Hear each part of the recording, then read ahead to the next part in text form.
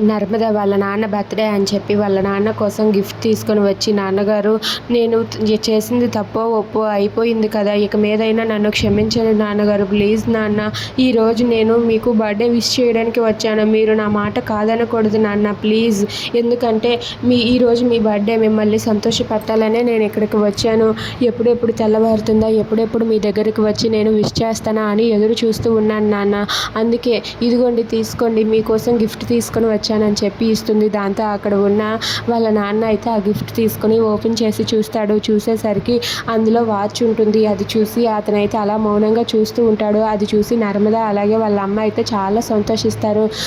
Thanks నాన్న, నువ్వు ఇలా ఒప్పుకుంటావని అస్సలు అనుకోలేదు, థ్యాంక్ యూ సో మచ్, నేను తప్పు చేశాను కాదనటం లేదు, కానీ మీరు నన్ను ఇలా దూరం పెట్టడం కరెక్ట్ కాదు నాన్న, మీకోసం నేను ఎంతో ఆశగా వచ్చాను, ఈ గిఫ్ట్ తీసుకున్నందుకు థ్యాంక్ యూ సో మచ్ అని చెప్పి అంటూ ఉంటుంది.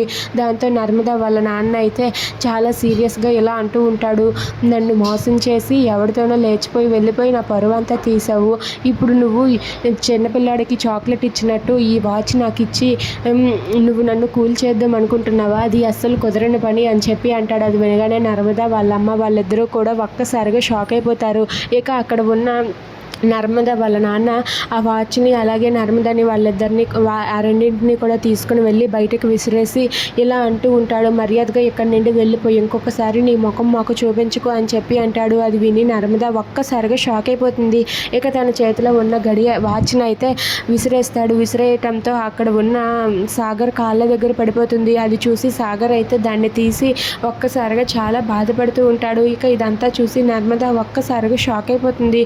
ఇక సాగర్ ఆ వాచ్ పట్టుకుంటే అది చూసి అక్కడ ఉన్న నర్మద వాళ్ళ నాన్న ఎలా అంటూ ఉంటాడు, అసలు నువ్వు ఇలాంటి నిర్ణయం తీసుకొని చాలా తప్పు చేశావు, నువ్వు అప్పుడే నా కూతురుగా చనిపోయావు, ఇంకొకసారి నువ్వు ఈ ఇంటి వైపు కన్నెత్తి కూడా చూడడానికి వీల్లేదు, నీకు మాకు ఎలాంటి సంబంధం లేదు, మర్యాదగా ఇక్కడి నుండి వెళ్ళిపో అంటూ నర్మదాకి వార్నింగ్ ఇస్తూ ఉంటాడు. అది చూసి సాగర్ అయితే చాలా బాధపడతాడు. If you like this video please like, share and subscribe friends. Thanks for watching.